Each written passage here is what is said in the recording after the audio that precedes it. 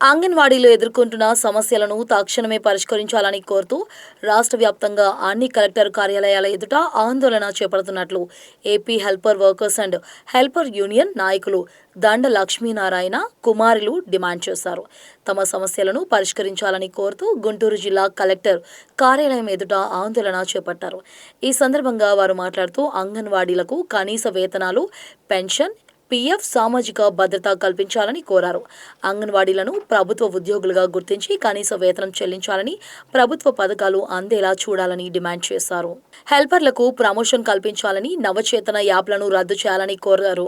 తమ డిమాండ్లను పరిష్కరించకపోతే పెద్ద ఎత్తున రాష్ట్ర వ్యాప్తంగా ఈ నెల 31వ తేదీన ఉద్యమం చేపడతామని ప్రభుత్వానికి హెచ్చరించారు. అంగన్వాడీలు ఈ ప్రభుత్వం కూటమి ప్రభుత్వం అధికారంలోకి వస్తే అంగన్వాడీలకు వేతనాలు పెంచుతామని చెప్పేసి, మిగతా సమస్యలు పరిష్కరిస్తామని చెప్పేసి ఎన్నికలకు ముందు ఈ కూటమి నాయకులు హామీ ఇచ్చారు. ఆ కూటమి నాయకులు ఇచ్చిన హామీలు అమలు చేయమని చెప్పేసి ఈ రోజు ఆందోళన చేయడం జరుగుతుంది. ప్రధానంగా ఈ రోజు అంగన్వాడీలకి 11,500 రూపాయలు మాత్రమే ఇస్తున్నారు. పెరుగుతున్న ధరలకు అనుగుణంగా 26,000 రూపాయలు ఇవ్వాలని చెప్పేసి, హెల్పర్లకు 7,000 రూపాయలు ఇస్తున్నారు. కాబట్టి వాళ్ళకి వేతనాలు పెంచాలని చెప్పేసి మేము అడుగుతున్నాం. రెండోది, ఈ రోజు రాజకీయ కుట్రతో భాగంగా ఈ రోజు వర్కర్ పోస్టులు ఖాళీ అయితే హెల్పర్లకు ప్రమోషన్ ఇవ్వకుండా కొత్త వాళ్ళకి ఇస్తామని చెప్పేసి చెప్తున్నారు. ఇది అన్యాయం. కాబట్టి ఇప్పటిదాకా పనిచేస్తున్న హెల్పర్లకు నష్టం జరుగుతుంది. అదేవిధంగా గ్రాట్యుటీకి సంబంధించి కూడా రాష్ట్ర ప్రభుత్వం ఇస్తామని చెప్పేసి చెప్తున్నారు. దీనిలో అనేక కొరీలు పెడుతున్నారు.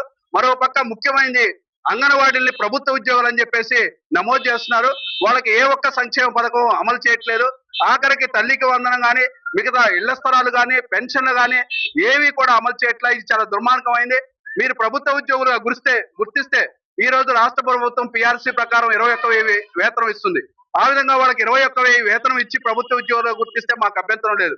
కేవలం మాటల్లో ప్రభుత్వ ఉద్యోగులుగా, ఆచరణలో మాత్రం కట్టుబానిసలుగా చేయడం సరైనది కాదు.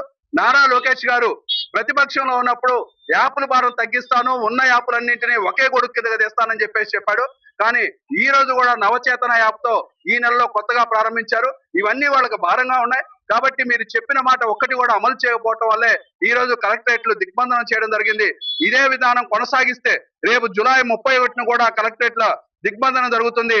అప్పటికి కూడా మీరు స్పందించకపోతే, ఇచ్చిన మాట నిలబెట్టుకోకపోతే మీ క్యాంపు కార్యాలయాన్ని ముట్టడించడానికి అంగన్వాడీలు సిద్ధంగా ఉన్నారు. కాబట్టి అంగన్వాడీల ఆగ్రహం చవి చూడక ముందే మీ సమస్యల పరిష్కారం కోసం కృషి చేయాలని చెప్పేసి anganwadi workers and helpers union గా ప్రభుత్వాన్ని డిమాండ్ చేస్తున్నాం.